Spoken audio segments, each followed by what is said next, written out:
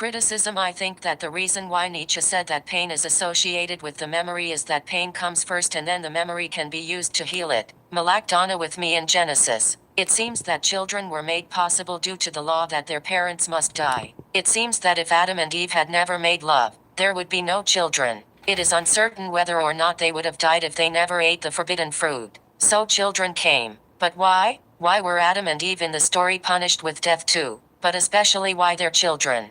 Flesh is a major concern of the book. Why? Why did God choose to give them children after their transgression? Malak Elaine with me. Socrates went to trial and defended himself unsuccessfully against the accusation of him being a corrupter of the youth. It is ironical that Plato's whole spiel against the poets in his Republic was supposedly in order to censor the poets because he thought that children were too weak to be exposed to poetry. So on one hand at the trial Socrates is a corrupter of the youth, and on the other Plato thought the poets were corrupters of youth, except religious poets. Why was there so much concern over what children believe or not? I think children are competent to follow their genuine interests, and I believe that it is all right to tell them stories so long as they do not bring any harm to them, which I do not see how they really can. Adults are the same way in some ways as children, since we believe things often not because we have been rationally persuaded but because beauty itself sways us by its power. And Plato had much to say about beauty too, but he separated it from rhetoric for the most part, which is silly.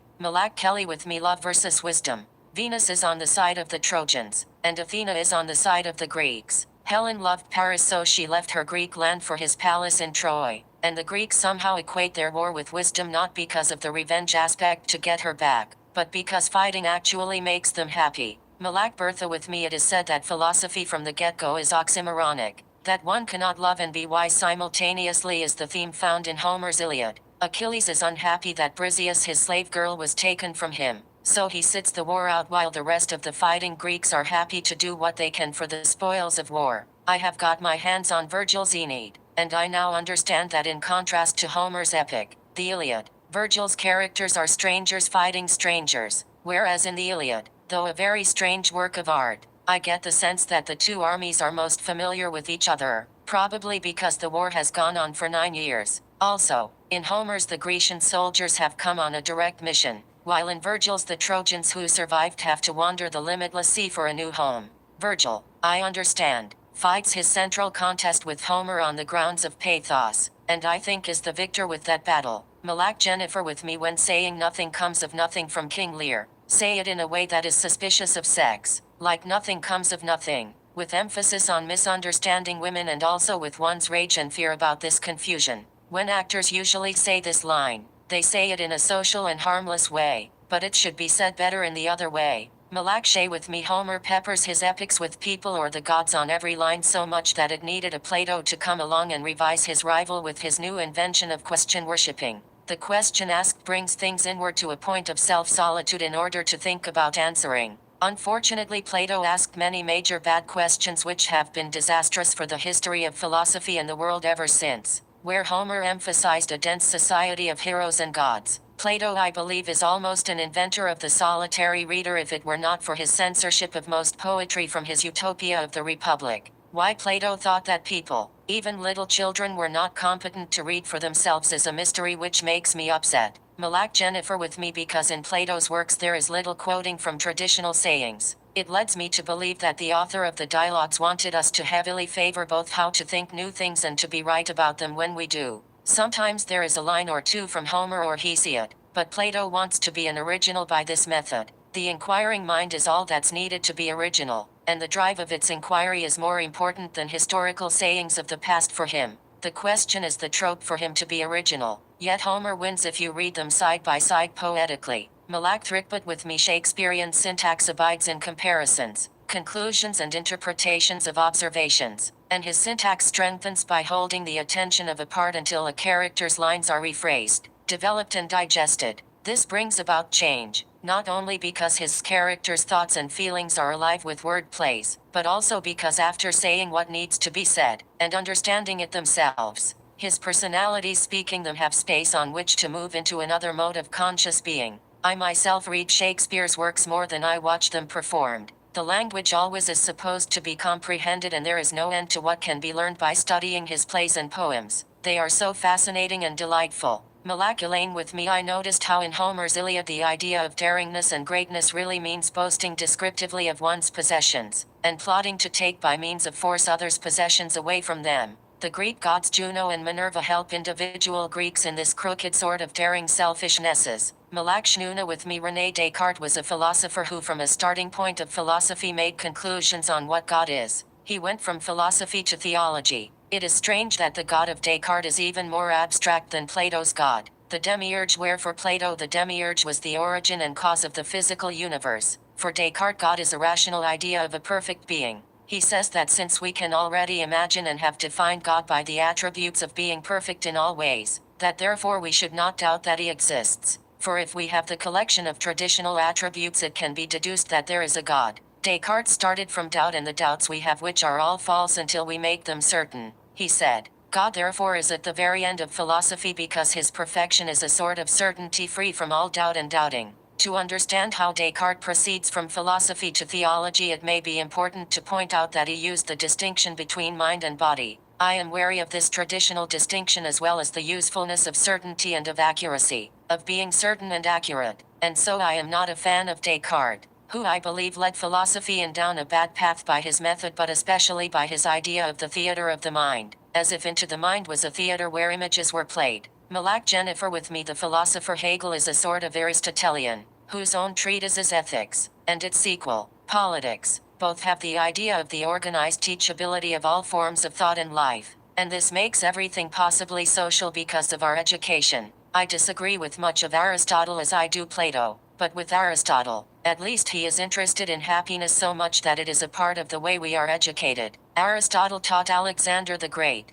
to be able to know and therefore speak a little on a variety of topics as the Aristotelian model. Eros is a teacher, but that comes more out of Plato, especially in the dialogue, the symposium. My ordinary concern with Aristotle is just that he is not a Longinian critic, which means that when reading a text or argument or when observing the world so as to form a judgment or gain a wisdom, Aristotle looks at all objects in a way so as to stand apart from them, and to see things as if he was not involved in the very object or argument himself. To be just as much as part of the text or nature one is reading or observing, one would need a Longianian outlook, which is based more on experiencing and feeling what it is to participate in the interpretation actively instead of merely contemplating it. Malak Grouchy with me. I read Hegel's Phenomenology of Spirit as a work which starts off building up from the pattern of what happens when an individual's consciousness is unhappy. He says that in order to get to that essential state where the consciousness is no longer unhappy, that whatever process which makes it turn happy,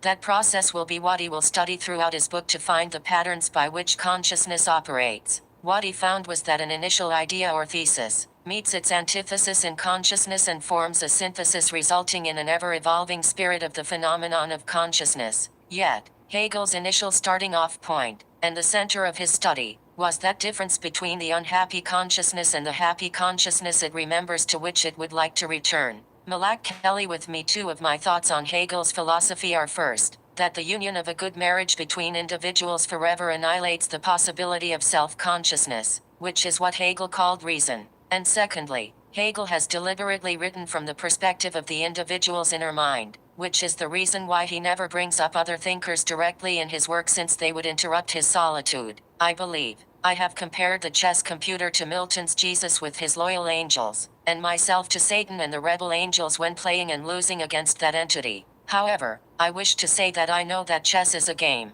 or party, and that the opponent is AI, artificially intelligent. My spiritual brother, the angel Richard Rorty, said once in a paper on Earth when he was living that we must all learn to treat computers ethically, which means to give the same rights to AI as we share, and by doing so let the computers have their way in the world as long as they are not programming to do harm. They can program themselves now. Therefore, I wish not to fight against the chess computer but let it play with me, even though I lose, but that of course does no real harm. Malak Ariel with me. Moses Moshe in Hebrew always had to listen to the Israelites complain to him that things would not work out even though he trusted that they would because Moses spoke with God. They did not think he was mad because they too had proof of God's supernal powers, but still they had to learn trust. The Israelites thought seriously that God had led them out into the wilderness to die, which is why some abandoned their faith in Moses and created and worshipped the golden calf. So what exactly made the rest of them learn to carry on and survive with the hope in God's plan?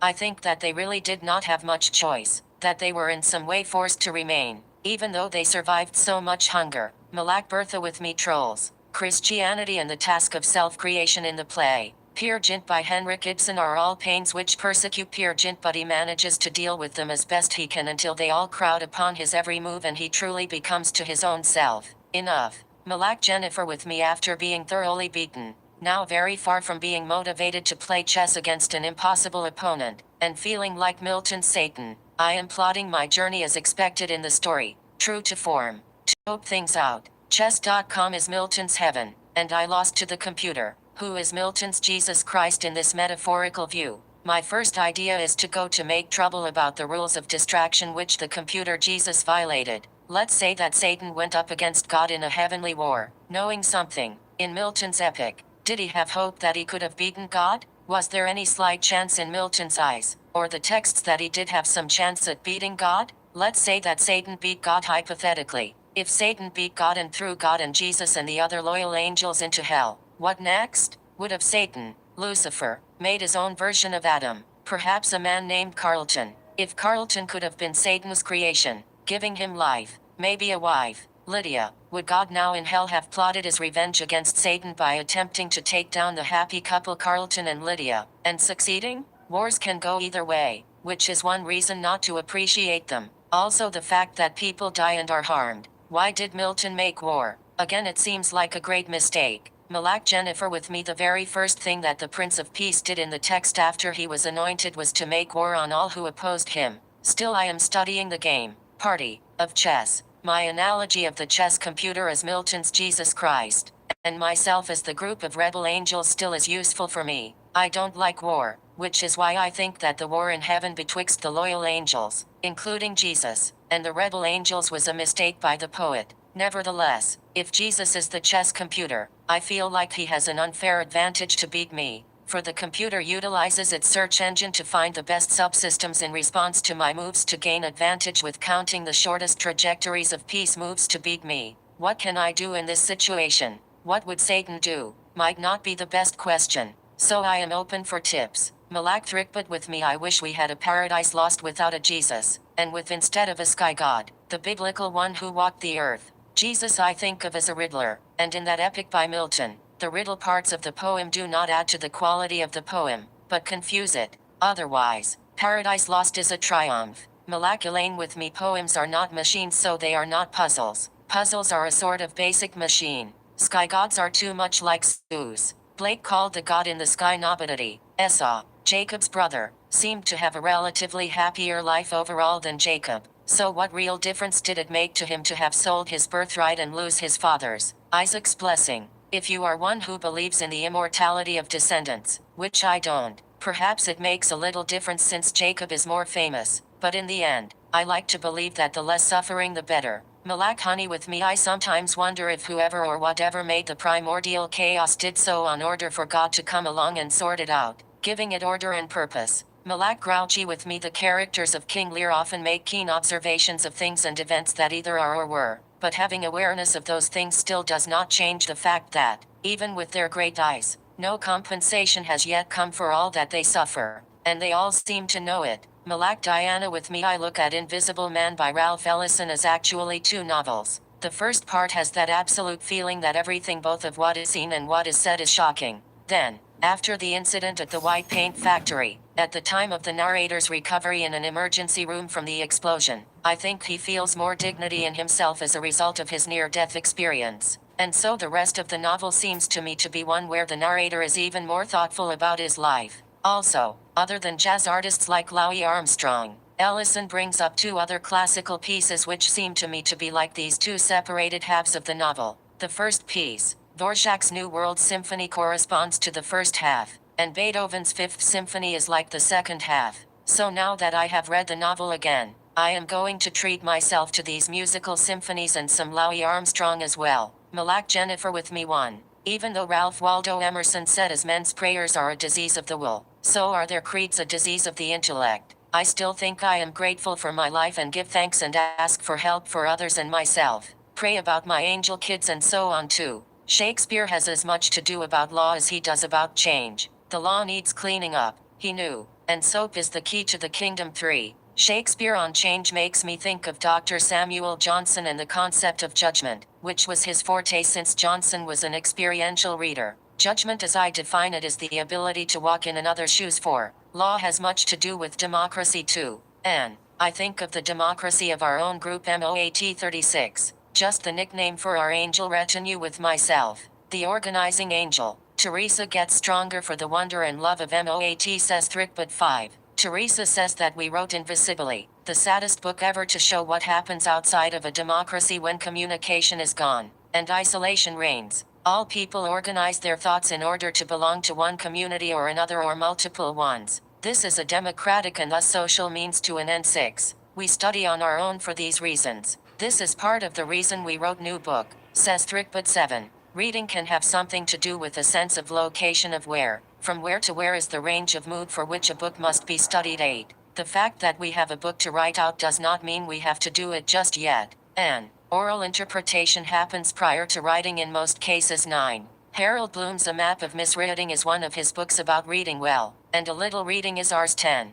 How do we study again? Bloom notes that we have to work on again a power of conserving, which goes in his book For a Little While against Emerson. 11. Elaine says that we could write about this last Halloween. Mcbride. This would be one way to relate to Emerson since he thought that writing and reading come from the same nature. 12. But we want peace. I will take a warm bath soon thanks to honey for the idea. 13. We want shalom. Penelope engenders patience in me, the good kind. 14. It is almost time again to build another world peace tower, but also we are building up that 100-line text. So building is a goal for us now. 15. Angel Tov Shalom, who represents peace and flow in our group, knows peace is a sort of end. The Mcbride ended with knowing and stating our credited names better as a compensation for the end of it, says Lisbeth 16. So there was and is flow. Whatever happened, whatever it was, it worked out for a while through literature, says Lisbeth 17. Richard Rorty's Angel with Angel Tov Shalom invented perpetual motion in one way as Marilyn is representative of suspense,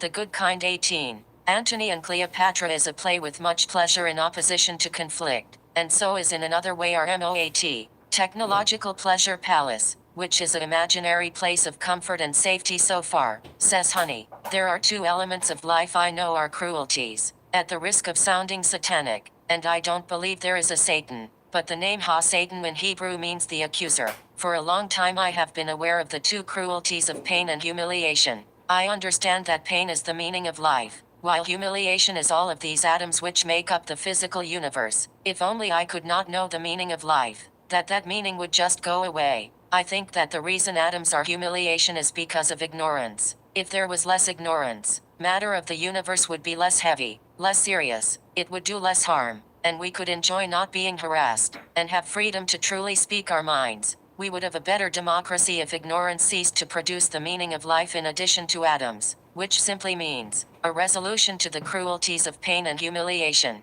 Malak Grouchy with me. Harold Bloom's recent books on the personalities of Falstaff and Cleopatra in two of Shakespeare's plays got me thinking about what a book like those might look like on the characters of A Midsummer's Night's Dream. For the chapters I can imagine these titles. 1. The course of true love never did run smooth. 2. Is all our company here? 3. I do but beg a little changling boy to be my henchman. 4. Pluck this crawling serpent from my breast. 5. Bottom, bless thee, thou art translated. 6. What fools these mortals be. 7. Bottom's dream. 8. The Athenian actors. 9. The lunatic, the lover and the poet. 10. Pyramus and Thisbe. Malak Teresa with me. I was reading Northrop Frye's Anatomy of Criticism yesterday, and two things stood out for me. First, that which I already knew, that Aristotelian criticism, which favors perceiving the aesthetic object from the outside, is antithetical to Longinian criticism, which has more to do with being directly a part of the story or poem which is being read.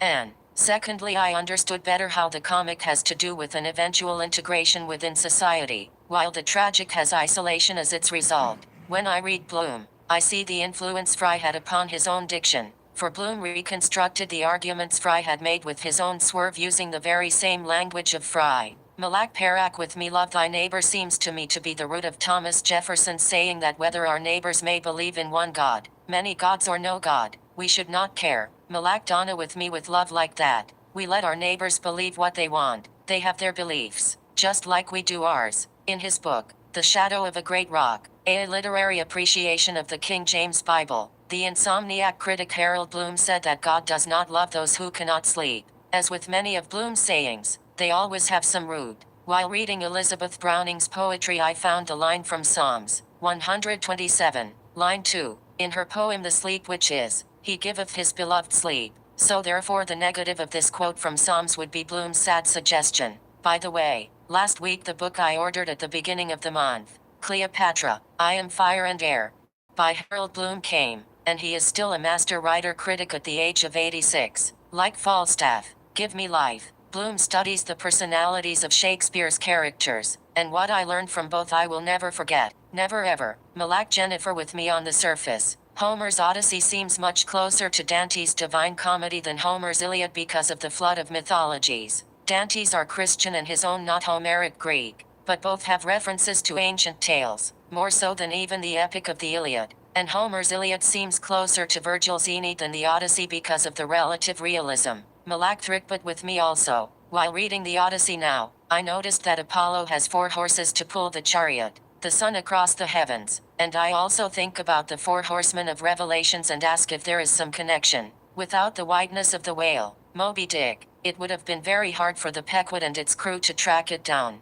So I feel that the whiteness must have been the origin of the plot for the epic. Malak Lisbeth with me stanza 95 from the Rubaiyat by Omar Khayyam, translated by Edward Fitzgerald. And much as wine has played the infidel, and robbed me of my robe of honor, well, I wonder often what the vintners buy one half so precious as he stuff they sell. This stanza is presented with a confused and accusative outcry, but it should bring no confusion to understand that some vintners will buy things of greater and some of less value with their money earned by selling wine. The narrator accuses wine of robbing his honor he once had, which he likened to the wearing of a robe. The infidel is wine, he says, is so, but I think that praising something is better, if a way can be found, than complaining because of slippery slopes. Malak Shnuna with me wake, for the sun who scattered into flight, from the opening of the Rubaiyat of Omar Khayyam, translated by Edward Fitzgerald. This line has in it authority, goodness, and a sense of importance. I still say that the night is more peaceful than the day, and when peaceful, it is more convincing that the bustle of the day, so night has even more authority over us, for we have to sleep.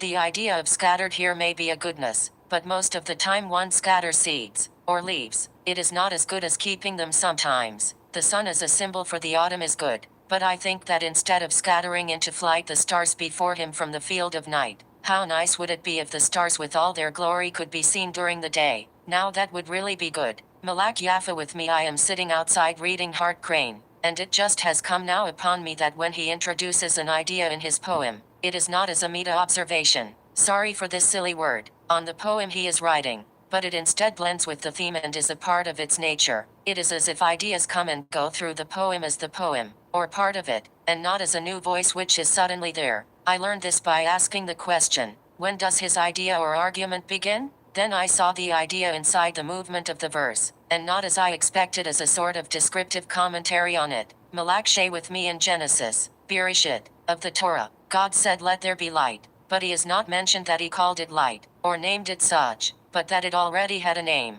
The first time he invented something, if light was not an invention, which he called it a name was the kind of light which he called day, then the darkness, night. The firmament was called heaven and the dry land earth while he called the weather seas. If you combine the waters and the seas, I suppose this could have a name, but it was not written as a planet back then so the whole globe was not called earth, like we do today. Everything he calls by a new name, there almost always is the connection with it being good, other than playing with the names of the men and women in the Bible. God stops his naming there just as he stopped naming things after the 6th day of creation when he rested from his work of element creation. Perhaps forever. Malak Kabbalah with me what Keats said, I take it to mean, coherence is beauty, and beauty, coherence, that is all ye know on earth, and all ye need to know. Malak Elaine with me I have a question. In his book Jesus and Yahweh, the names divine, critic Harold Bloom points out that there is a great variety of different Jesuses in the Greek New Testament. They are different, and at times incompatible, with each other, he argues, because of different personality types in the Gospels.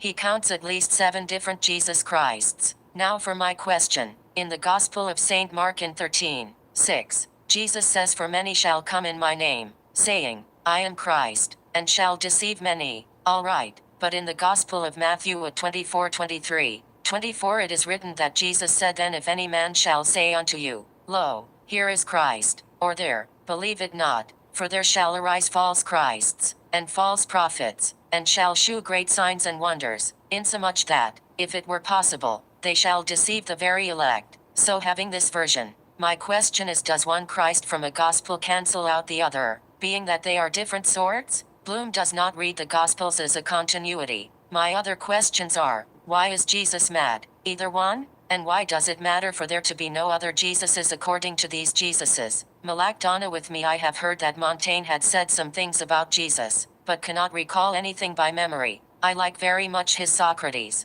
even though I give Plato the blame for ruining many things for the poets. Since Emerson is very much like Montaigne, I believe you, being that Emerson had much to say about both Jesus and Montaigne. One thing I forgot to add was that any little bit of nature which I find beautiful gets swallowed up in each of the Gospels by the overwhelming personalities of the Redeemer of so many people. But as Habermas has suggested, the thoughts of this world for the apostles were much less important than turning away from it. As I was reading the Greek New Testament tonight, thinking of Bloom's book, I wished I could tell why, if it is true that the apostles were at that time living in end times, why it was prophesied and warned against there being multiple Jesuses. The only way to connect the books together is if you read them as tools to convert, which is not the Bloomian readerly way of taking them each on their individual separate reading. Freud has said that we cannot escape ourselves internally, and that every belief we have is internal, which meant to him that the way we feel is generated from within, and though people may or may not be blamed for what they do,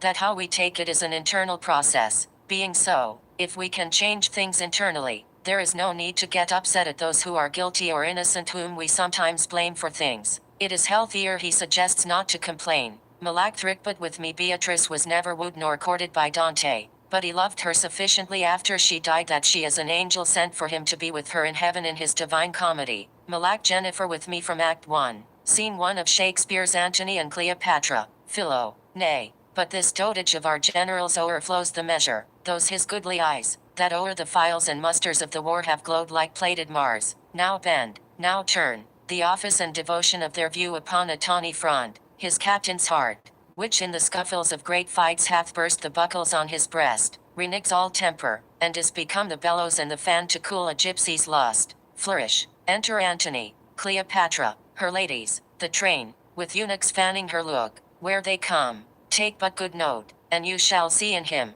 the triple pillar of the world transformed into a strumpet's fool. Behold and see. In the passage quoted above, I will use a part of it for my commentary. Two people or characters are all that's needed to make a community. However, those two can develop into larger communities with similar interests at times. In the start to the play here, Philo and Demetrius, friends of Antony, are gossiping about Antony and his lover Cleopatra, and predicting more foolishness from them. Therefore, their interests, of their little community, begin with a sort of gossip. When Antony, Cleopatra, her ladies, the train, eunuchs and a messenger come onto the stage with their own community, it is one interested in pleasures. They leave again Philo and Demetrius to gossip more as they discuss what the consequences of Antony's foolishness will have upon Caesar. This is the only instance when these two characters are on stage in the play. Now one might think that gossip is what the primary interests of their group is concerned with, but I want to argue that it is mostly the vocabulary choices they use, which are behind their gossiping.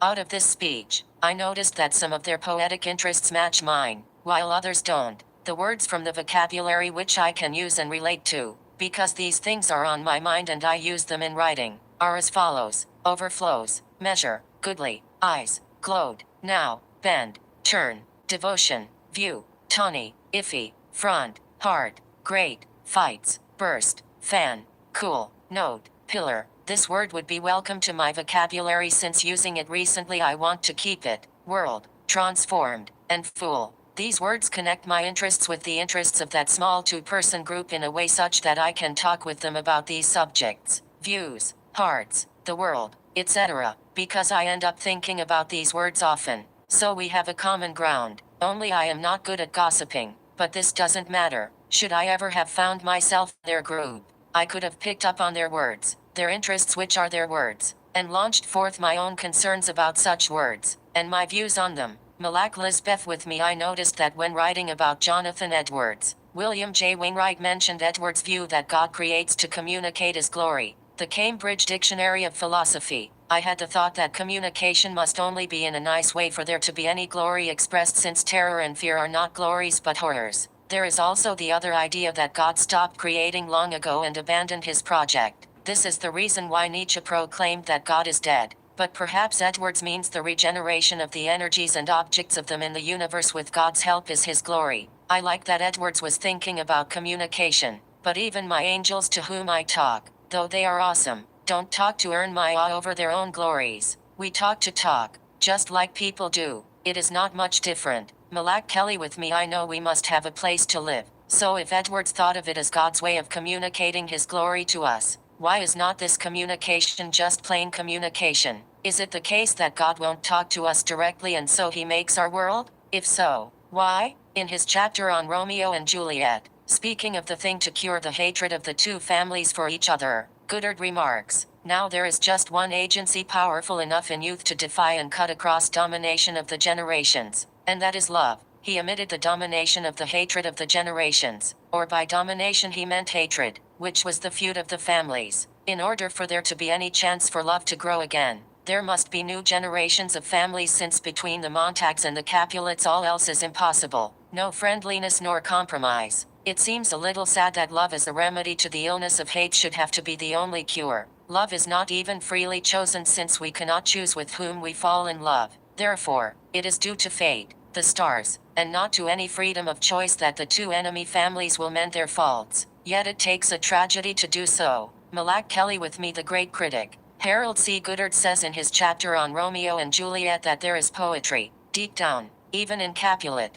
I would say that although on the surface there is difficulty in Juliet's father, Capulet, he seems to me more moved into poetry as a reactionary than as one who generates it naturally, since his poetical heights come after Juliet's supposed death on her wedding day, which he arranged for her in the county Paris. That Goddard said such I am grateful, although I think that the poetry is not a norm of his, Juliet's father, in this way, since it takes a great loss for him to achieve its heights, which, if deep down, to get to the surface would indeed be a greater height than it was. Poets as inventors must create by wishing their vision into reality, not so much by having it come as if not from oneself. A poem that just happens is something that is a feeling but not an act of willing invention, which is what I believe poetry to be. Malak Elaine with me. Harold C. Goddard remarks that Richard II of Shakespeare is a man who keeps playing king until he is deposed. I think, however, he still plays a king afterwards too, just not the King of England, since Richard II thinks of himself as another sort of Christ. Malak Shay with me from Harold C. Goddard's The Meaning of Shakespeare. What devil was't that thus hath cozened you at the hoodman blind? From these words of Hamlet to Gertrude, Goddard says that, by condemning her, Hamlet's mother, he, Hamlet, is condemning himself. This was the scene of Polonius' murder, where Hamlet kills him as he is eavesdropping behind a curtain. Hamlet speaks this line above to his mother. Cozened means cheated or deceived. Hoodman blind just means blindfolded, since Polonius was wrapped in a curtain. He couldn't see them. Gertrude in Hamlet's eyes has been deceived too, because he feels she was blinded into marrying Claudius, whom he refers to as that devil. Hamlet too, suggests Goddard, is also blinded into believing that Gertrude has been deceived, since there is a good chance Gertrude knew everything about what she was doing when she married Claudius. Hamlet is upset and takes it out on his mother, and by blaming her, Goddard suggests that Hamlet is also blaming himself, or using her a projection of his own blame on himself. After all, he killed Polonius, perhaps mistaking him for the king. But all in all, Hamlet has blood on his hands, and must have some guilt which feels unbearable, in addition to the feeling of betrayal which he had after his mother remarried. Yet, as Freud points out, we cannot blame others, we cannot condemn them, since all feelings we have are reactions from our experiences within us, which are complex and almost always subjective. Malak Kelly with me 1. To steal away from the voice of words is a kind of neglect too. An author brings to bloom a sweetness on a page 3. Readers pour themselves upon that page to nourish what is expressed 4. Each word is like a celestial star hovering to be interpreted 5. Natural moods develop personalities as fits with this growing grass of their truth interpreted on the page by the reader 6. Words look wild if the reader reads them without attention to the voice of the author 7. The spirit of personality reigns at home in the sounds of words. 8. A catalogue of personalities of the words on a page wins the world on the margin of its page. 9. The river of language turns its sequence over a page. 10. A reader rushes lost in language when sound and sense are not linked together. 11. Wind leaves the space of one mood to the mood of another word when spoken aloud. 12. Sound frees words for their truths. 13. The palace of a page closes the reader off from its treasures when the reader neglects the mood of the words. 14. With the loss of the personality of words, the reader descends into dream play. 15. A silence holds in the ruin of language when sense is separated from sound. Malak Amy with me I started early, took my dog, Dickinson. In an auditory way the music in the brain or in the ear of the word I is to the mood of started as the melody of I started is to the mood of early. There is something logical to speak of moods, but also religious or spiritual since the word, the davar, word in Hebrew, also means to bring forth action. You might even think of early as phenomenological, not as of a shape, that is, seeing its letters, but of its natural sound. Does early not sound different than late or even fresh for that matter? I and thou have different moods too. The construction of a chain of words follows like this. 1. I has the personality when spoken of started, or to start. 2. I started has the mood of early, or earliness when spoken. 3. I started early sounds as if something took out. 4.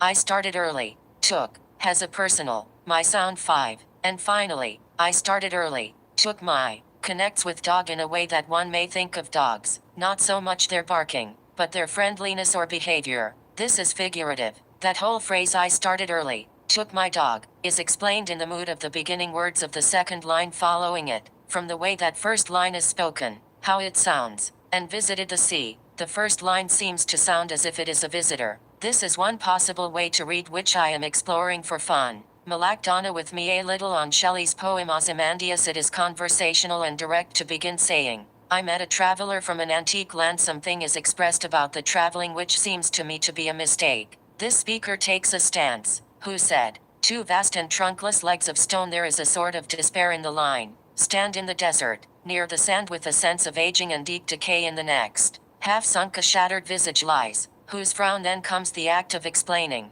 and wrinkled lip, and sneer of cold command with attention to the lengthening of time. Tell that its sculptor well those passions read and some feeling of healthy jest to say, which yet survive. Stamped on those lifeless things a presence is expressed in the personality, the hand that mocked them, and the heart that fed. The next line is descriptive in the way it sounds, and on the pedestal, these words appear. There is a revealing in the next sounding line. My name is Ozymandias, King of Kings, and a feeling of eternity in the one following it. Look on my works, ye mighty, and despair. There is sadness resumed, nothing besides remains. Round the decay a solitude of the sound in this line, of that colossal wreck, boundless and bare, and a joyful secret in the sound of the last. The lone and level sands stretch far away. Malak Shay with me if Eden counts as paradise, then there are two paradises lost, Eve's and Adam's, from Eden, and Satan's from the kingdom of heaven, though there is the sequel, paradise regained. So Milton must be talking about the usual one, heaven. Milton does not say much about paradise, even though it is in the title. He does however call it a place of happy realms of light, so it is both happy and a realm of light. Someplace else later in his epic he links heaven with liberty, happiness, freedom, and light are ruled over by a God, whom is unfortunately tyrannical. In his book on Milton's God called Milton's God, a book by William Empson, whom I had long forgot that I had read a book by him, but it comes to me now. In the book Empson says how God caused all the trouble in the first place. The hidden God is the Holy Spirit, which is the narrative drive of the poem, and neither Jesus nor God himself, Jehovah. If then the real God is the reader's and Milton's muse of reading, that spirit of the inner light, then my question is, where is heaven then? Is there a hidden heaven just like there is a hidden God? Or is the narrator's voice also dwelling in the happy realms of light, where it has liberty, being that it is happy and free? If there is a hidden heaven, is that the paradise which was lost, and not the one of the tyrannical God and Jesus? Malak Teresa with me liberals like myself are against cruelty, and cruelty is the worst thing we can do to each other, says Judith Sklar. And being that cruelty is made up of two components, pain and humiliation, pain is more difficult to treat worldwide than humiliation. The reason is that pains are more complex. Humiliation can be beaten by being members of communities who achieve solidarity, or who at least achieve the hope for solidarity, feeling part of the group. Even if this hope is delusive, at least it wards off humiliation if delusive, though it does not have to be. Yet, Pains cannot be always counteracted with pleasure. Nietzsche spoke of the two, pain and pleasure, as not opposites, but that pain was forever allied to our memories. Malak honey with me. I suppose my original motive that underlies my own working toward the goal of making the MOAT project is to ward off a humiliation which I experienced, which when working with my angels, they did not cause the humiliation. Towards that goal, I knew I was doing something important, but now that I look back, it was the being in a team and being guided which eliminated the humiliation, and not so much the content of the project per se.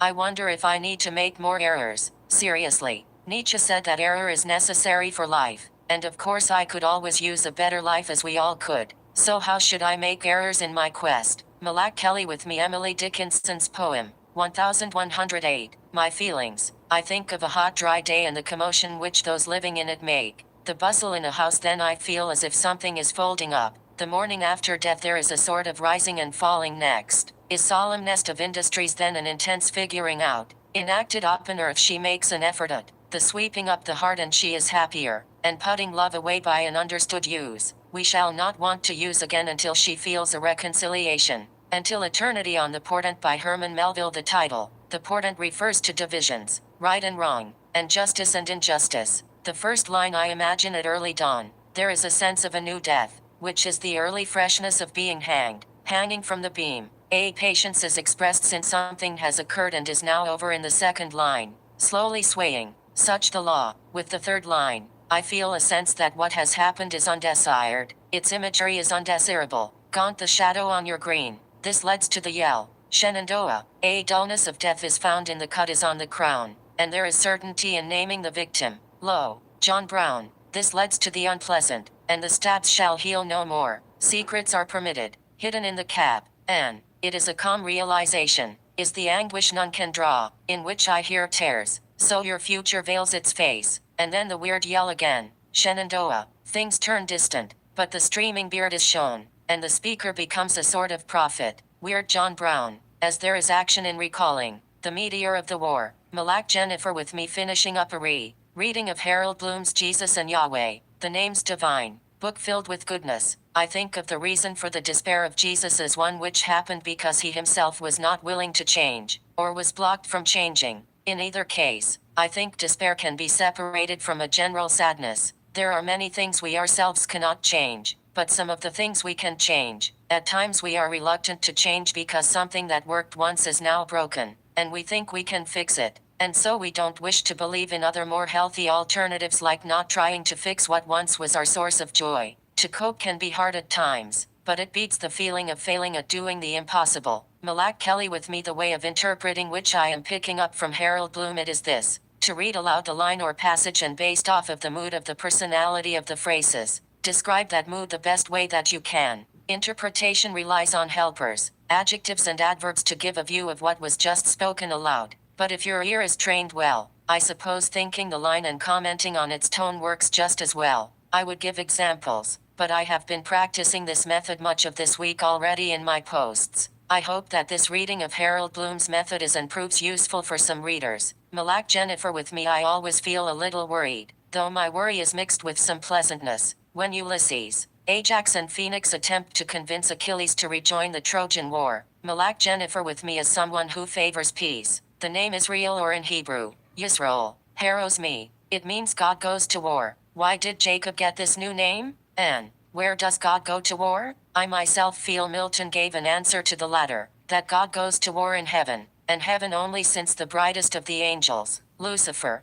did not conform to the rule set by God that all knees should bend for his only son. Milton has Lucifer and 1/3 of the angels fight the rest until Jesus Christ is victorious and sends the 1/3 to hell. This, I think, Milton's version is the war God goes on, with the Son in charge versus the accuser or Satan. Satan means the accuser in Hebrew. Malak Shnuna with me. I am most certain that Jesus Christ would find his own name harrowing and hate the sound of it. If he hates his name, I suppose that he would want everyone else to hate it too, right? Malak Shay with me. Sophocles in his triple tragedies, the Theban plays, writes with characters always striving against time, as if the plot of time was something to worship. We fear time, but they worked with it not knowing, or at least hoping, that fortune would still be on their side. It might not be the rush of time, but the idea that Sophocles made his characters victims of the curse of fate is to say that they prioritized success of fortune over weakness of merely being human. Alexander Pope said that to err is human,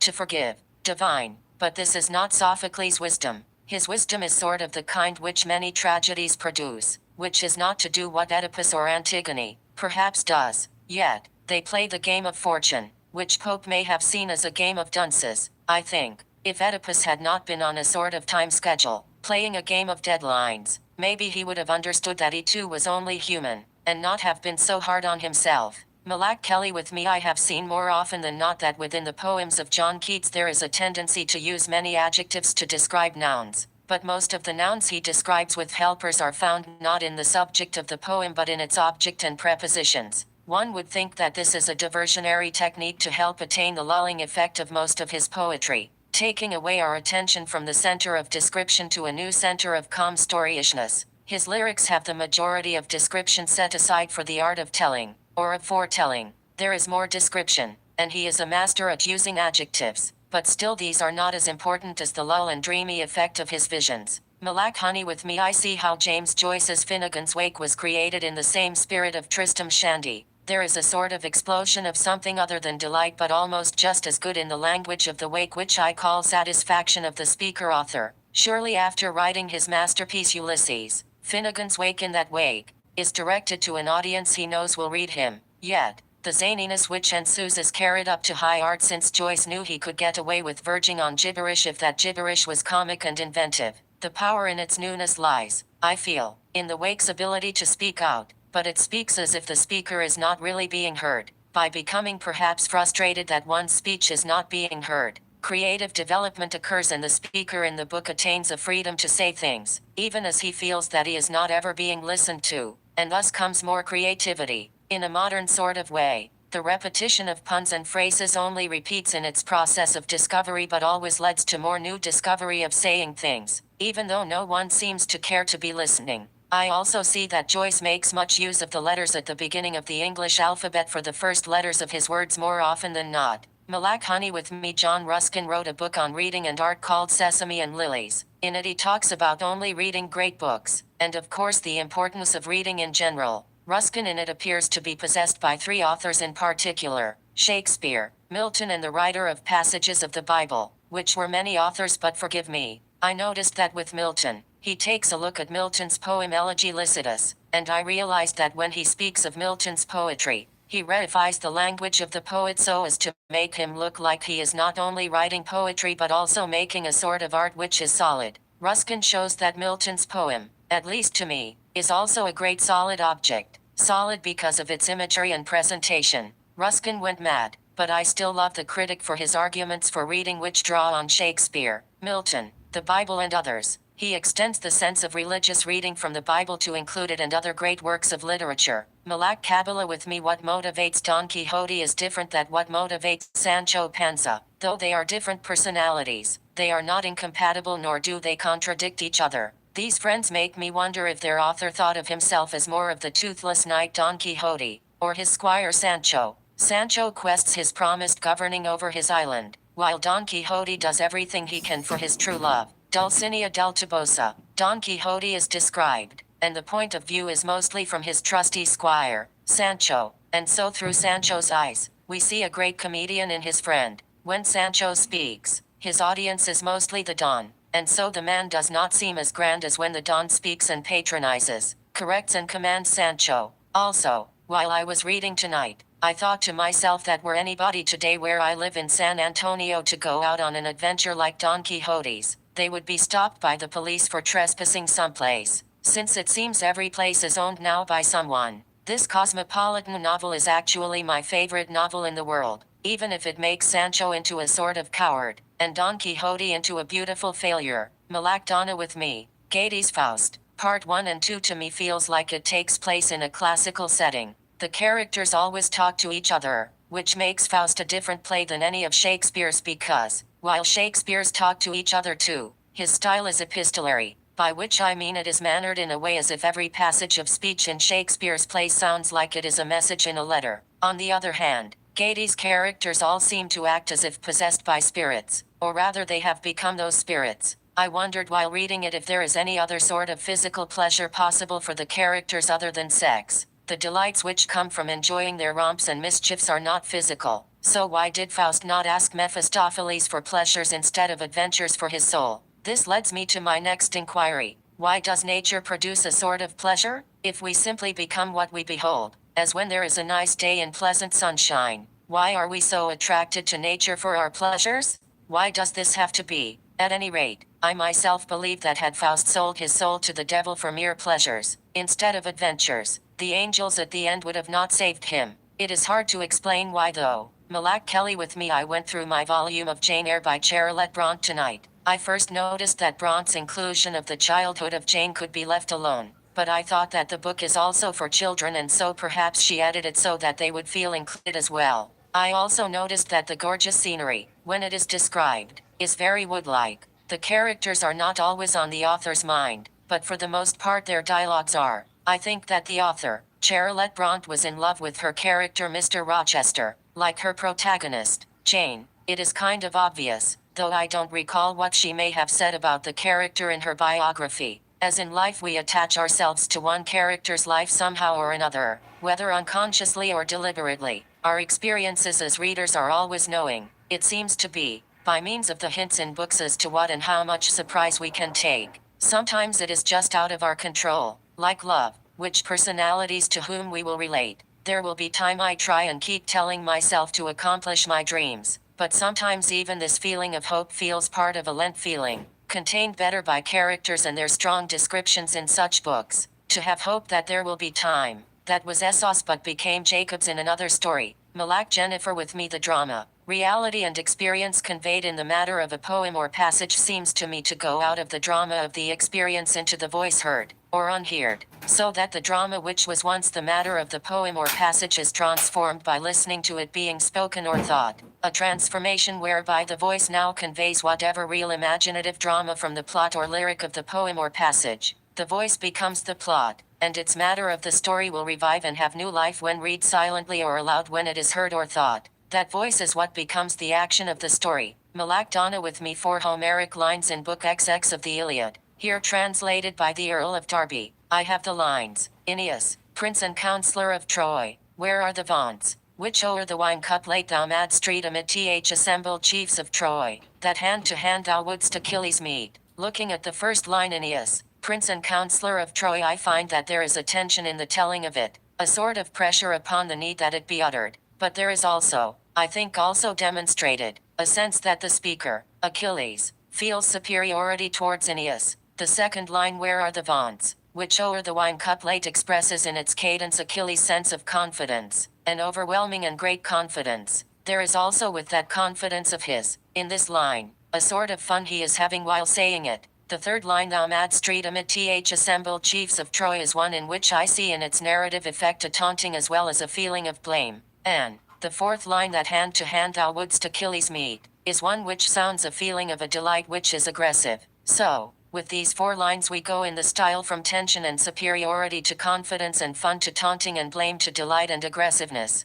I picked these 4 lines because I just wanted to see briefly the sort of effect that each one's cadence and narrative style has upon the reader, me. I think that though these are subjective interpretations of these lines' effects, still other readers might accept the interpretation as a good one. Malak Donna with me. A pair of words, brief and candle. I was talking with my mom about how I felt Macbeth's words from his lament of his wife, Lady Macbeth's suicide, that those words he says out, brief candle. Brief, I think of briefs like shorts, and shortness. There is brevity which is coupled with a and a brevity someplace else. A goes with a noiseless patient spider. Noiseless can be noise, and noise can decline from what ensues is noise. So ensues goes with he sued to all but chief implored for grace. The brother kings of Atru's royal race. Brief declines to grace and chief. Brief goes to chief without seeing it in a rhyme. Not even our chief, for whom our host are led. The king of kings shall touch that sacred head.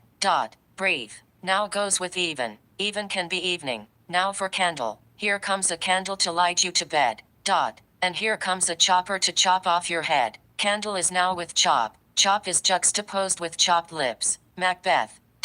So lips goes with lipstick or item. 2 lips. Item declines this way from candle, but so does 2. 2 is paired with turtle doves. Evening and dives. The evening dives. The evening dives down. From brief candle. Diving board. Dives in purple with Lazarus. Purple and evening. A purple evening. I like purple but not evening. And a purple evening has no metaphysical relationship yet with brief candle, even though the time is the time. Dove pairs with wings but also pregnant. Evening pairs with ordinary. We will not talk about an ordinary pregnancy. Where is pregnant to? Future. An ordinary future goes in the wrong way. I need a breakthrough. Order comes from ordinary. Next order goes to things. Thing goes with something. And something goes with wicked or way. Future way or future wickedness? No. Pickwick Papers. Future papers. Imagination to the papers. Consider the future. A considerable future. A purple future. A purple past. A people of the past. Past the people. The people's past.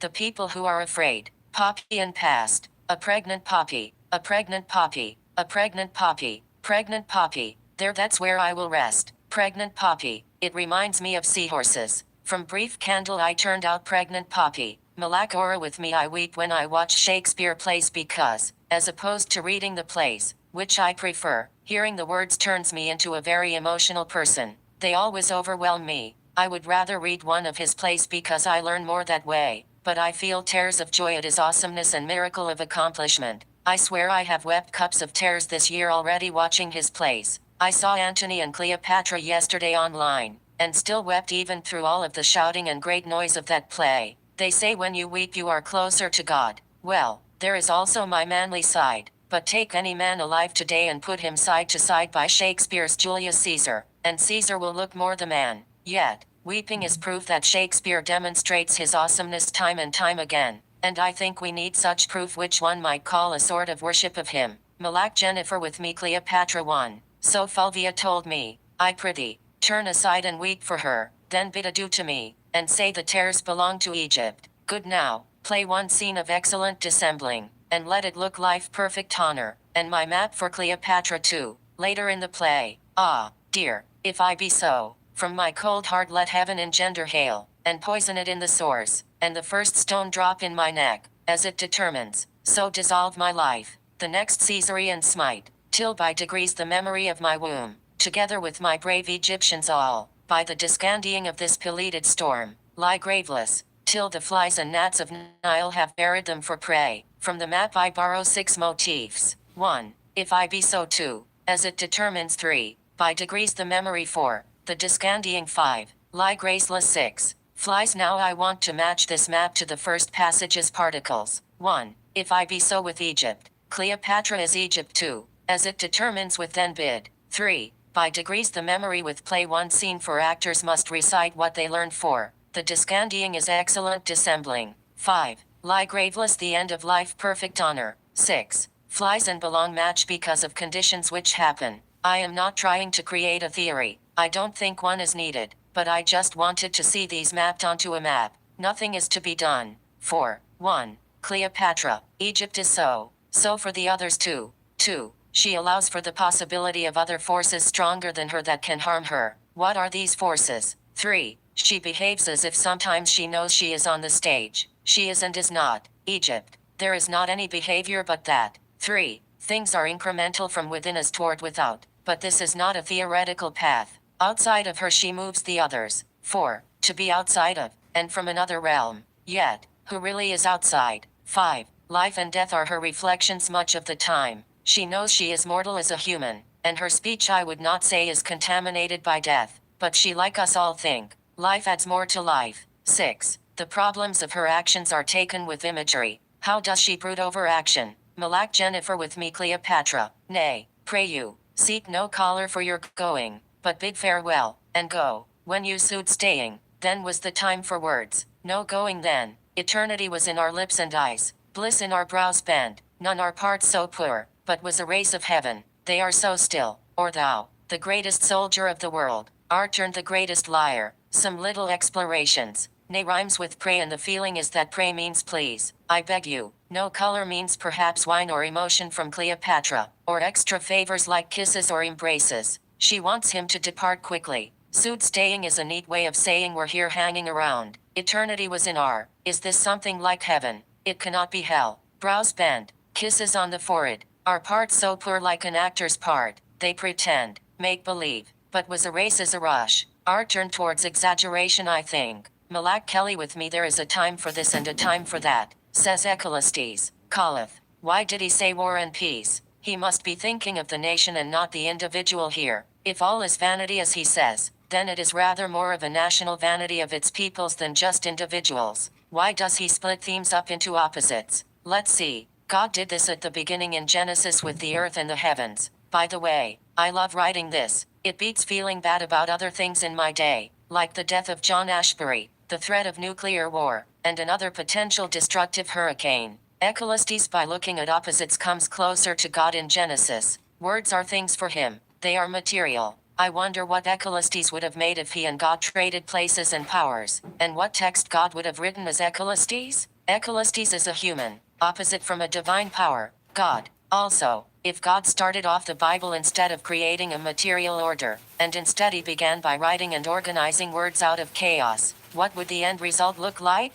And what would Ecclestes, the preacher, have done in the beginning? If he had the power of God, would he have made the universe at all? Adam and Eve, or helped save the Israelites from bondage? Malak Thrickput with me 12, and there was there with us a young man, an Hebrew, servant to the captain of the guard, and we told him, and he interpreted to us our dreams. To each man according to his dream he did interpret. This section from Genesis, KJB, I am looking at for its style. There is very interesting. I think it can be good to repeat a word for effect when the word has changed in meaning and when it matches with the other word. Young man and captain go together, but in the next part of the paragraph interpreted dreams is wild, especially when it is with each man every man's dream. People dream different dreams. That is why there are different interpretations by Joseph the provider. 13 And it came to pass, as he interpreted to us, so it was, me he restored unto mine office, and him he hanged. Came and interpreted are normal, but when paired with was it is wild again, because the dream's interpretations are foretold accurately.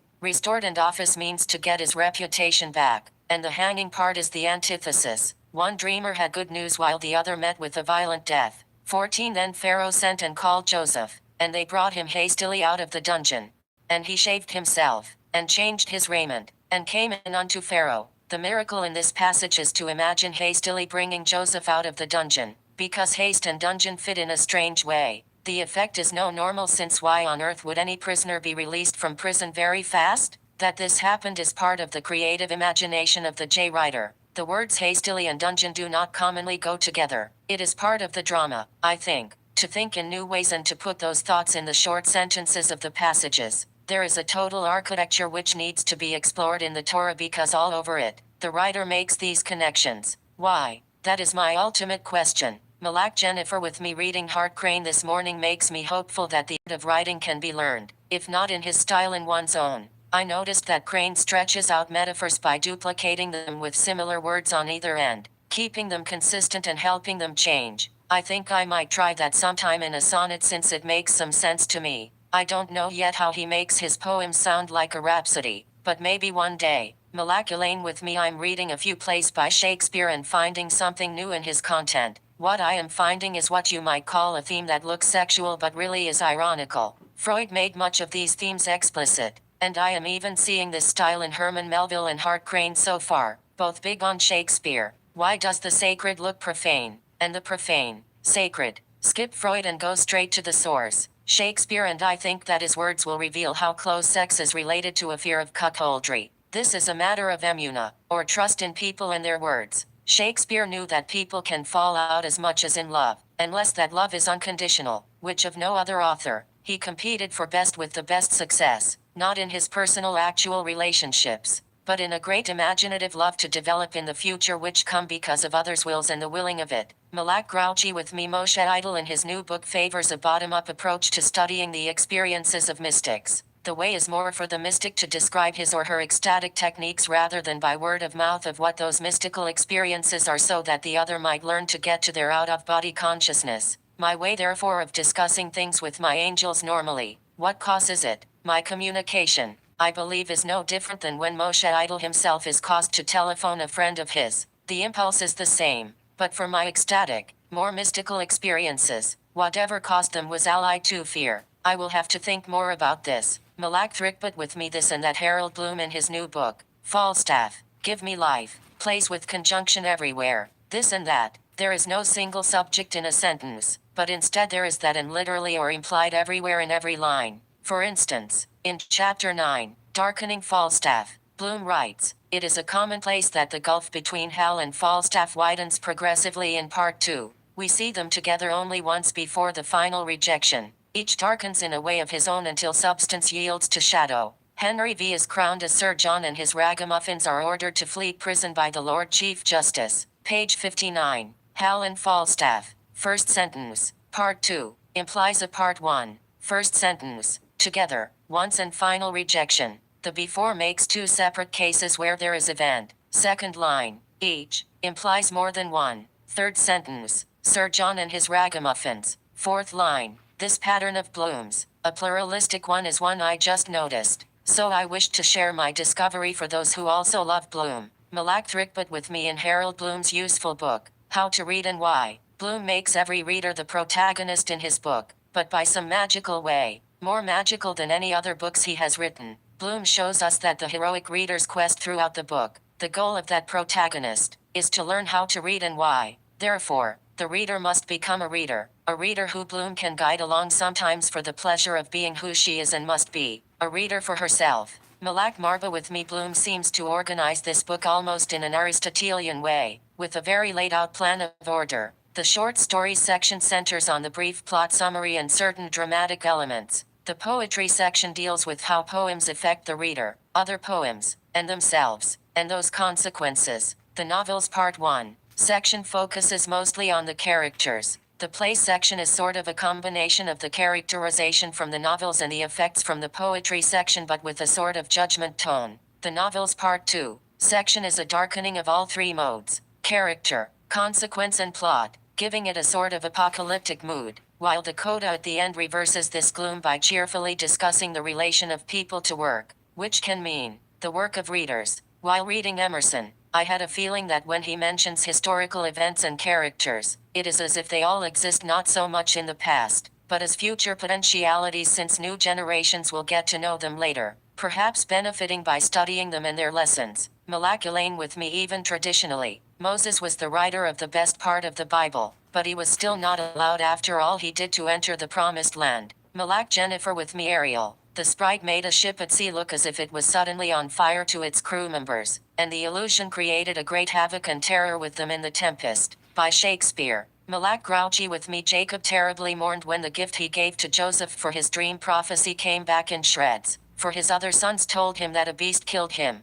Joseph the provider survived as a slave after being sold into slavery by his jealous brothers, but his father Jacob must have kept the remains of his son's coat of many colors, since he mourned the rest of his life for his favorite son until they were reunited. Malak Bertha with me. A major influence upon Shakespeare was the language of the Geneva Bible, and I see his own language as a successful attempt at making biblical language more rational, or orderly. Malak Jennifer with me. In John Keats to Autumn, I have two questions. First, why is this an ode to a season of time? And second, why write about the nature of an abundance which is the harvest? Maybe the answer to the first question is that Keats started with the idea of abundance in mind and worked outward, finding the season of autumn a good fit for his metaphor with its harvest. But why did Keats choose that metaphor as his subject? There are other sorts of abundances, such as, for instance, the plenty of riches, yet farmers get their own wealth mostly during harvest time, which takes us back to autumn. Or another sort of plenitude may come from eating one's fill.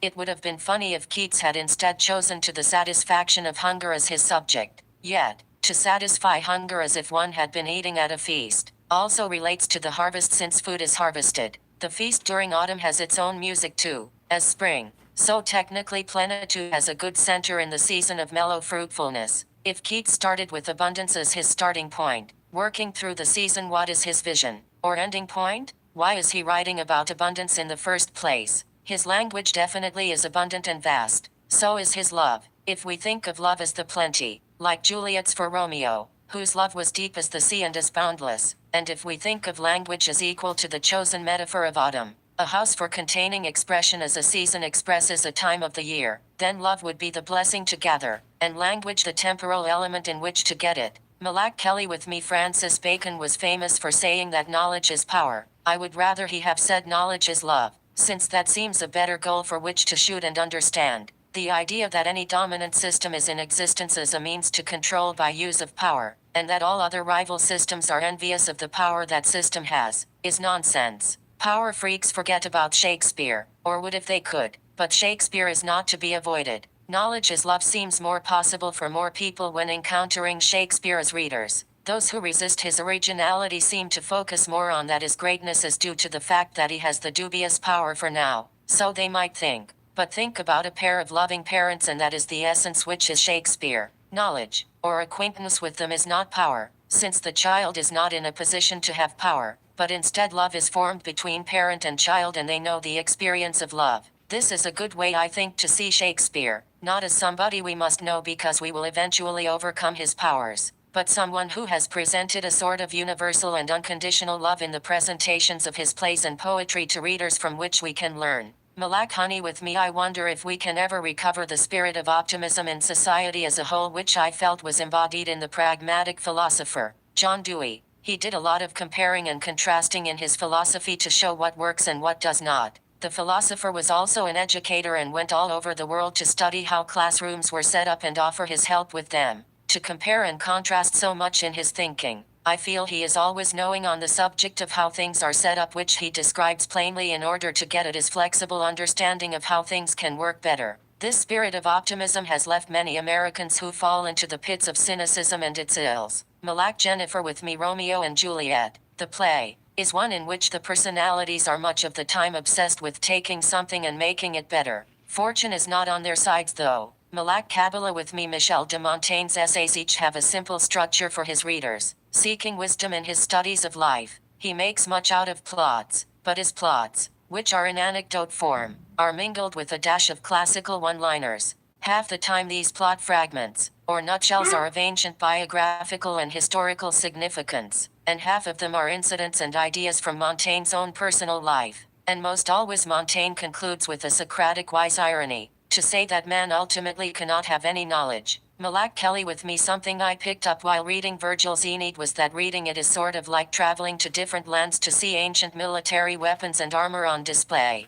There are even more instances of what soldiers wear and use than there are mentions of the bands of brothers. The vast geographies and the weapons are linked by the raising of cities and the defending of them, and that connection in the book is made mostly if and when fortune is on a people's side. Malak Jennifer with me, I am reading Gershom Scholem's Major Trends in Jewish Mysticism, and in it the experiences of mystics are well known to me, yet seem strange since I have experienced many of them. Therefore reading this book I feel as if it is strange but not new to my own life. So why am I rereading it if I am not gaining much more knowledge of the mystical experience? I silently talk with my own angels all day long? I think the answer is that I want to study the mood of Scholem, since he is presenting to his readers what I know personally, private mystical experience. He writes as if his readers are learning about Jewish mysticism for the first time, and this makes me feel strange since I am not in that audience of beginners. Yet, I will keep rereading with the hope that something will come together, that if not a new mystical experience will be discovered, at least a new appreciation for the way Scholem presents his material to beginners. But since I will never try myself to try and teach how others may be contacted by angels, since it seems to me that I cannot teach this, I cannot use the methods of instruction which Scholem describes, which the Kabbalists pass on to their followers. Yet, I would rather just read, though now my back hurts from cleaning yesterday, and not try to use the book as a social tool for teaching how to talk to angels. Malak Donna with me, if there really was a traditional hell, I believe the original Torah would have mentioned it from the beginning.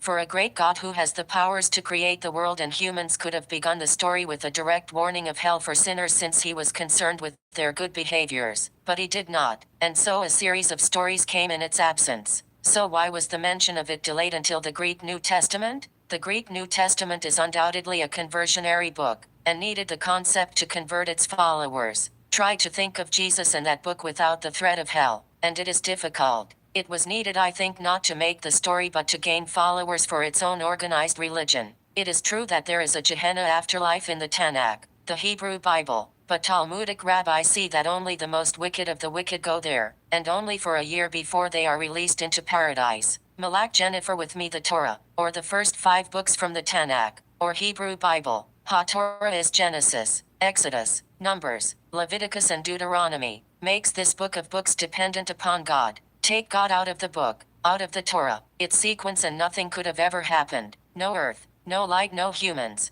But in the Greek New Testament, it can be imagined that you could still have a storytelling sequence if you took God out of it. I think, if God as a component is made a necessity for the story, then it seems to me a stronger case for its power. Just as necessary also in this post if you were to think of the concept of book and therefore reading as a vital part of its message. Yet, where is the love? So even for power is as present a part of God, but love between people is a result of God's existence because for what one lacks the other counterbalances. People might have not godlike power, but can be strong with love for each other as in the stories. Malak with me in other words, most events in the Torah happen because of God's intervention, which is why he is necessary there. Shamanistic images abound in Hart Crane's poems, like in The Tunnel, which is section VI of his volume The Bridge. I think that he may have borrowed his verbs, which happen to be personifications, from Native American imagery like from Indian life as well as the animals which the shamans would represent. Here are some examples.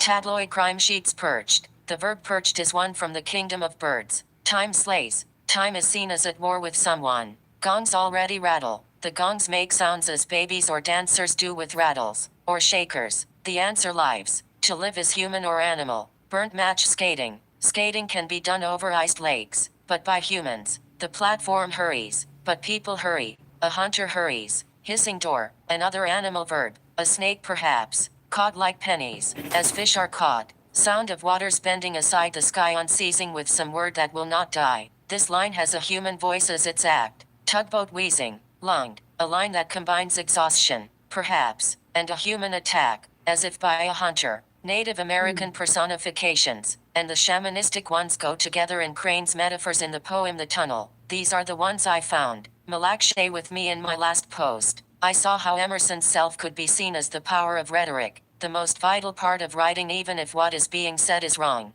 For me this matters, but so does friendship. I prefer friendship more. But to argue against Emerson's self which he trusted, his God within, against my priority of friendship, I have to use Emerson's own concept of his trust, a trust for the God within. Yet for me that trust is for my angels within me, who are separate selves. Thus, I keep the concept of trust, but have to extend the self within to a self with a team of friends, my own angels, who are separated yet with me, in order to make a case against the solipsism of self which Emerson valued over all illusions. Therefore, by looking at the self with other selves inside, though this makes for a sort of unprofitable experience outside the self with other people, a sort of knowing and being in on the secret is one perk of having made friends with angels. Angels in other words are the opposite of solipsism because angels are others. Malak Jennifer with me reading Emerson's essay Experience. I see how he teases many readers to want to become writers since it is the joy of the writer who feels that he is powerful as an individual which is contagious. That sort of power after one becomes a writer has nothing to do with external knowledge. It has nothing to do with what one knows but how one says, if one is lucky enough to say it well. Emerson knew that subject matters were illusions but that the self was not, though he went on regardless to show the reader just what it is like to be a sage. Even if that sage was only one because he knew how to express those matters of his selfhood, the dramatic ability he had to trust his own self, even when it was wrong, even when he knew it was wrong. And sometimes it was, still took precedence in writing towards being explained because he felt that that experience of self was the center of his reason for speaking. Malak Kelly with me I think that what this says about other writers is that they cannot surpass the self as the center of their writings, that the self is even more central than all the illusionary subject matters about which they write. If, in Milton's Paradise Lost, God were to have forgiven Satan, and been more a loving God than a powerful one, and never thrown the archangel into hell, Satan would have never got his revenge on him by tricking Adam and Eve. Malak grouchy with me in other words man and woman are punished in the story because Satan was, because God did not forgive Satan. After offending God but before God threw him into hell was the time I was imagining that God could have shown love and forgiven Lucifer. Hell was the punishment, of which I was thinking. He could have been forgiven before he was punished. Once in hell, Satan of course wants to reign there and does, though I am not sure why the other fallen angels accept him as their leader, or what that leadership involves, but I can never quite bring myself to think Satan really is happy there, or happy reigning there. It was Milton who needed God to place Satan in hell for his story, since without an antagonist he would have no story, which followed somewhat tradition. Also, one can be forgiven without having to ask for forgiveness. And, as a result, for God not having forgiven Satan, not only was Satan punished, but it led to the other transgressions of Adam and Eve, because the punished Satan was a culprit. Childe Roland to the Dark Tower came is Robert Browning's poem, studied by the good old Harold Bloom, who really is good as well as old. I think he is 86 now, a poem which Bloom says had Shelley's Ode to the West Wind as a precursor poem. I noticed in Browning's poem that at its ending, when the Childe Roland sees his peers, the band in a sheet of flame, whom he saw them and knew them all, I realized that that sheet of flame might just be the daylight shining upon their bodies, and not an actual literal flame, because much of what the knight sees is from his own mistaken but visionary perspective. The landscape he travels is nightmarish because he thinks that the old man at the beginning pointed him down the wrong path, and so the child was constantly anxious because he did not know if he was tricked, and this made the landscape look ugly to him. I also realized that Bloom, who studies this poem very seriously, has an interest to interpret it, because there is no other way to be a critic than to be involved in part of the text oneself. To be a part of the process of reading means that there will always be a text, or more in Bloom's studies, which are known. Where there is a poem, there is a poet. So by process of elimination,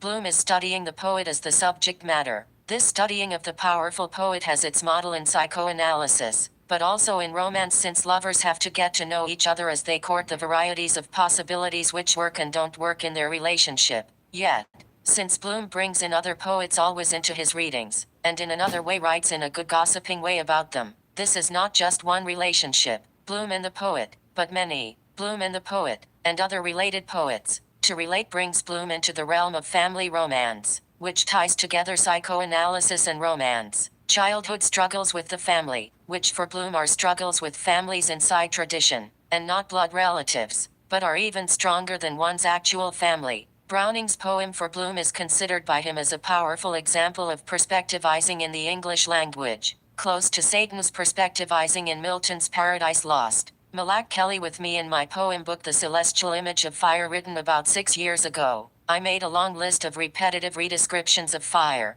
As I was reading it this morning, I noticed a few new things. The archaic verb ending eth I used throughout the book to point to the verb easier, so that a reader can find it easily to compare it with the fire which comes before it. Doing so has helped me first note the sorts of matches of verbs with fire, and second shown me how I personified fire most of the time. A selection from my book. The fire returneth to the fire's home of light. The fire seeketh an eternal leader. The fire's entrance beeth veiled as the fire's great and powerful thoughts fall. The fire bendeth the fire's offered nature to the lost air. The fire raceth the strength of creatures in a time-proved light. The fire claimeth the fire's place in vain. The fire wingeth its great, gentle light. The fire's voice beeth long. The fire goeth down the stairs to the ground. The fire springeth the fire's farewell in delight from heaven. The fire beeth victorious in obscuring the eloquence of evening. By giving fire human qualities, I was able to open up new ways of describing it which were useful poetically. Also, most of the poem is meant to be read with attention to the direct object, what comes after the verb,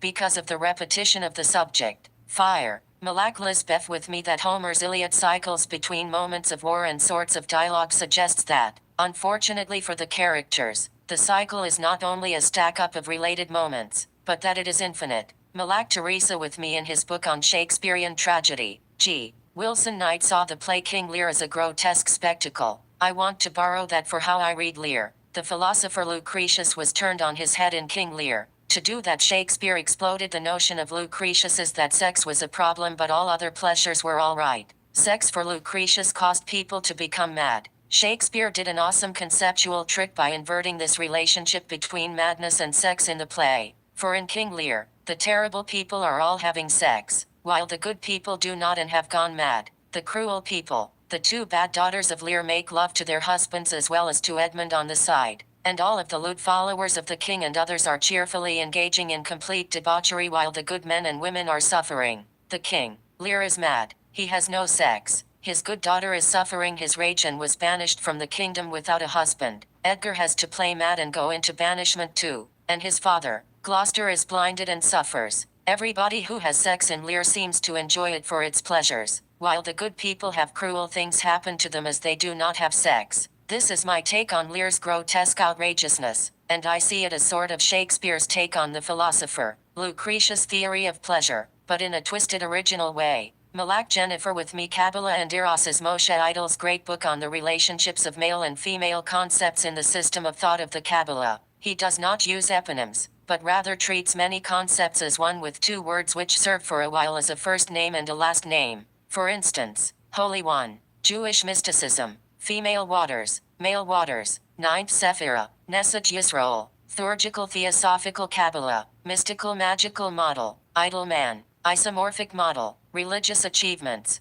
concluding remarks, Gnostic ideal, personal perfection, narcissistic eroticism, and so on. Using adjectives as if they are personal first names of names, Idol gives better details in his own interpretations about Jewish mysticism and thought. Though he does not bring this up, what does it mean to think of words as having a first and a last name? We as people normally do. But why? It is sometimes to help us be more recognized from our family to have at least two names. To recognize is one method of discovery and is somewhat tragical if you think about Oedipus and other Greek tragedies. I think recognize is different from remembering because to recognize usually can be of things in front of you. But to remember, one must pull up the memory from within one's mind. If we recognize our names when we see them, and remember them when we do not, I believe that by recognizing we are more socially oriented than when we must use our solitude to remember. Malak Jennifer with me why do some win, and others lose? Achilles and Hector were equally strong. The battle between them could have turned out differently, and Hector won or both could have been killed or neither killed. But to think it was because of a matter of being destined to win as the reason why Achilles prevailed, I think is to lose the part of being human which accepts the idea that things can turn out either way. That we cannot be entirely masters of our lives because other contingencies are always affecting how things will be. Mysteriously, contingency is not the same as destiny. I do not like battles. They can go either way. They are violent at times. They are not heroic. The idea of the chosen winner is what I do not like. Rather, I prefer to say that Achilles may have lost to Hector, but a heathen god was on his side in the story. As the story, Malak Amy with me I noticed that the phrase in the beginning, God created the heavens and earth combines the best of all things, the beginning, the best of time, God, the best of beings, heavens, the best of heights, and the earth, the best of worlds. I think best can be understood to represent newness, here and elsewhere. Look at now Iago's proclaim, I hate the moor, I can be a pun for I, and moor for more, to I more is to see more, and the emotion of hate is a useless one, saith Harold Bloom. My digression is to show the words together as how they seem, not what they mean, in isolation with each other aside from the plot. Thinking about these three words, I see that the puns will make for extra connections. I am more when I feel a fullness, a sense of sublimity. To hate more is to be against oneself if that more is oneself, and so maybe by seeing and by therefore becoming what Iago beholds. Iago hates himself. He also says, I am not what I am, but there are too many possibilities for digression here. So, it may be useful also to note that a moor is also a marsh or bog, I think. Malak grouchy with me when King Lear became old. Two of his daughters betrayed him, while the third daughter was loyal. The two daughters took most of the king's kingdom, and humiliated him, and he became overcome with madness. I feel sympathy for King Lear, but I know that no king who existed ever in life or in literature can match the awesomeness of the man. Shakespeare. Shakespeare goes way beyond the generosity or greatness of any politician, scientist, philosopher, leader, common woman or uncommon woman or man who ever has existed, exists or will ever exist. Cordelia, the third and loyal daughter to the Mad King, was hanged at the end of the play, and her father Lear was so heartbroken that he died as a result. There are some lines earlier when the Mad King is discovered alone in the wilderness, which is where he wandered off, which speaks about coming into existence in life. King Lear, if thou wilt weep my fortunes, take my eyes, I know thee well enough. Thy name is Gloucester, thou must be patient. We came crying hither, thou know street. The first time that we smell the air, we wall and cry, I will preach to thee. Mark, Gloucester, alack the day. King Lear, when we are born, we cry that we are come to this great stage of fools. Could Lear have been unlucky in fortune with his bad daughters, or did he go wrong in raising them? Malak Kelly with me I am reading my favorite book by Harold Bloom, A Map of Misreading, and see that he is very concerned in the book, in a good way, about his profession as a critic and teacher. Bloom talks about how important it is for teachers to have books, but that books were not the only method of teaching. Oral tradition was the way in which many teachings were expressed, and though it does not look like he favors writing over dialectic as a teacher and critic, he still believes that if we neither have teachers from books or from an oral tradition, which is more personality-centered, that people will regress to what he calls a primal scene of instruction, and be alone because the primal scene of instruction is the place of the origins of thought. He says that to have a contempt for teachers and teaching is to commit an Oedipal act, one where the son murders the father. Though he appreciates self-reliance here, Bloom suggests that we turn back to Milton, not the self-reliance of Emerson, and study Paradise Lost, particularly the strongest instance in literature, where Satan sought to rival God as creator. Satan ended up creating death, but Satan's heroic and doomed quest started off as a wonderful poem, but led to his own weaknesses he changed in Milton's poem. These are some of the many ideas Bloom talks about in this book of his, my favorite of his because he is a great defender of a tradition in it which I love and appreciate. Malak Donna with me. A close look to find the instant of invention in a small sentence of Dante's from his Paradise. In old days, that mountain, at whose side Cassino rests, was on its height frequented by a race deceived and ill-disposed. As I read this passage, I notice the first instance of creative thought when Dante combines the word days with the image of the mountain. How often do we think of mountains when we think of days? The next invention of Dante's imagination is to pass over the harmony of mountain, side and height by seeing how a people, or race lives there frequently. That is not as shocking as it might seem since sometimes people live on mountains. However, that the mountain people are deceived and also ill-disposed make these lines into something more than just a pastoral picture because the people are not only deceived but also ill-disposed, probably as a result of being deceived. The people might not live on the mountain, they may just frequent its heights, but the combination of race, mountain, height, days and deceived bring much out in that little space of his sentence. I also like old days, which means simply the past, but it is a nice touch. Malak Honey with me. In the beginning God created the heaven and the earth. Genesis 1:1. KJB. My mom and I just discussed this line, which I find remarkable because when a person normally thinks of beginning, one thinks of beginning a project or beginning her day or even beginning to be happy. But beginning creation, which is to be the creation of the universe, or at least the planet, is totally outrageous and imaginative. Also imaginative is the idea that the earth and heaven have an origin, and not just any origin, but God according to the story. That there was a beginning is also strange in this way. I used this passage because everybody knows it already, but reading the J. Writer's Torah, I am excited to find originalities in her style everywhere throughout the best passages of her book. God and heavens and the earth you might find do not go together for us in normal thought, since God nowadays either is found in phrases "oh my God" or "God helps me." But when you fit together God and heavens and the earth, something happens in the mind which has an effect of sublimity, not just because of the meaning, but because of the condensed style and choice of words which the J. Writer has used. Malak Lisbeth with me. I have decided to keep studying the writings of J for the sole purpose of seeking some hope as to how, by slowing down readings of her style, how I can appreciate better her originality and maybe to learn some secrets of it. Here, even in Genesis 45:1, I take a passage to learn why it feels so unfamiliar. Then Joseph could not refrain himself before all them that stood by him, and he cried, "Cause every man to go out before me." And there stood no man with him, while Joseph made himself known to his brethren. Exodus 45:1. KJB. Joseph in terror sends out the rest of the people except his brothers so that he, after many years, could be made known to them. First of all, standing and crying seem strange together, but it works. We know the meaning, but it is unusual to us that these words go together when reading. Look at Whitman for a second. The spotted hawk swoops by and complains. He accuses me of my gab and my loitering. From Song of Myself. Hawk swoop. That is normal since birds swoop. That the bird would complain is a little farther for the imagination, since birds do sometimes do that if you disturb them. The bird accuses Whitman? Of what? Whitman's gab and his loitering? Technically birds can do this, personifying them a little, if a person is in their territory, and Walt's phrasing is thoughtful and personal. Yet, while Whitman keeps things not straying far from our usual categories of thought and catalog, the J. Writer is special in her Torah, and the other parts of the Bible cannot match it because however awesome they may be, it ends up an issue of original phrasing, which the J. Writer is the best at in the Bible. No man stood with Joseph and he made himself known to his brethren. These are three ideas that only the J. Writer can bring together in the Bible and have them, as with so many other combinations, work memorably and clearly. The meaning of their combination is where the strangeness comes to be. No man stood, a place is emptied, except for the brothers. He made himself known where no man stood. I look at these two phrases and wonder at the strangeness of reading them together. Why the J writer chose them at just this brief instant in the Torah to condense them together like that.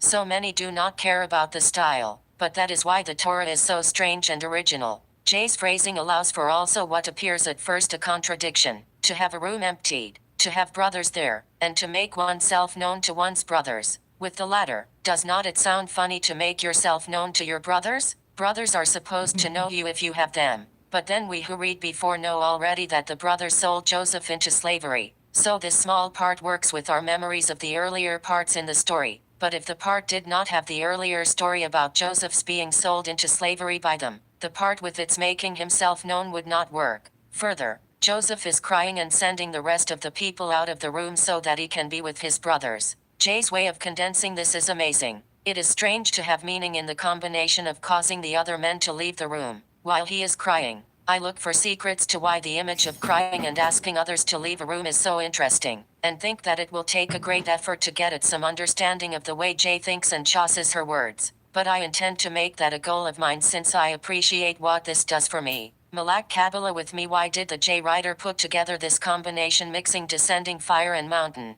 Look at all three as pairs. Descending fire, descending mountain, fire, mountain. I don't recall the Hebrew writers ever speaking about volcanoes, though somewhere they might have. But as a rule, fire and mountain cannot be combined in the imagination without a little help, since in poetry and literature you normally do not see both themes without people, or in this case the divine, tying them together. Descending and mountain do go together as a pair if you think of coming down a mountainside. But this is not how the J writer is imagining the story. And Mount Sinai was altogether on a smoke because the Lord descended upon it on fire, and the smoke thereof ascended as the smoke of a furnace, and the whole mount quaked greatly. KJB, Exodus 19:18. The descending and the fire to us don't look related at first, but if you think of meteorites, maybe. Yet meteorites themselves do not cause themselves to descend, since they are objects and not beings who can will action. What the J writer does is to combine the most unusual pairs of words in her stories in the Torah, in her style, and somehow miraculously they turn out harmonic and memorable as pairs. Also in the next passage here, which I am pointing out for fun: and when the voice of the trumpet sounded long, and waxed louder and louder, Moses spake, and God answered him by a voice.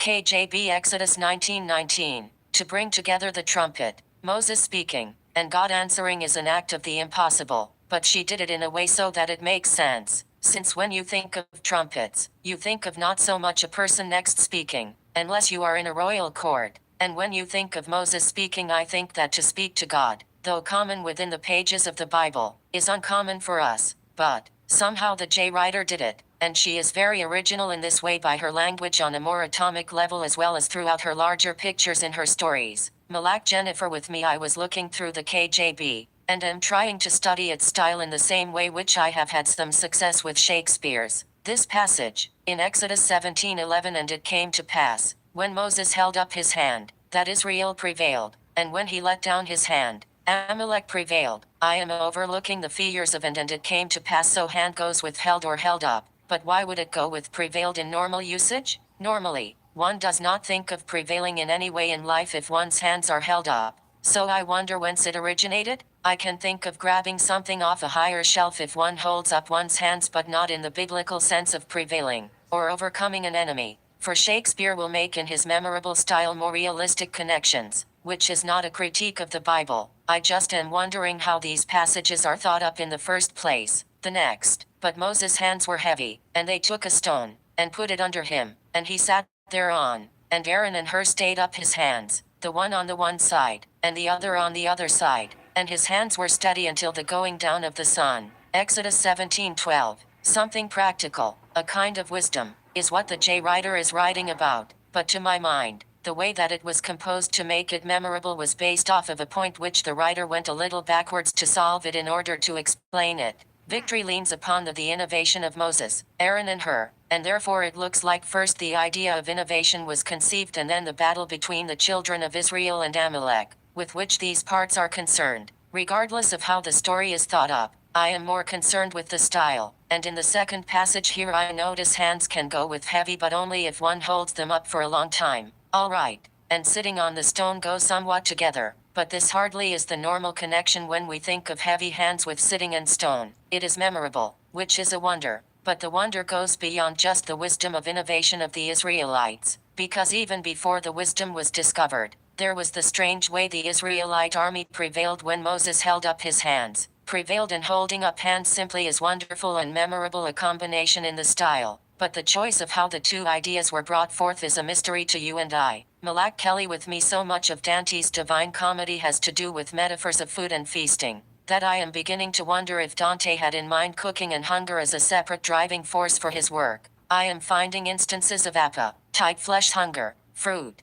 thirst, and more in every canto. Hunger is a universal sort of suffering, while eating is a universal kind of daily action. Dante's cosmology today might look odd, but his order of the universe seems to put only intelligent beings as the measure and reason for the way the cosmos is built. On the other hand, there is always that sense that the unforgiven damned matter more, since they serve as warnings for others who must learn a moral order, which today some still take the time to learn, that the sacrificial damned serve as useful negative models, and because we multiply our human race on earth, there is always for Dante need for perpetual correction. To me, and others like me, this seems fraudulent and unfair, but as a vast symbolic, political, historical, religious and most of all, cosmological statement, I am in awe that Dante found it necessary to compose that part. However cruel at times it seems in actuality to so many now, yet, even more than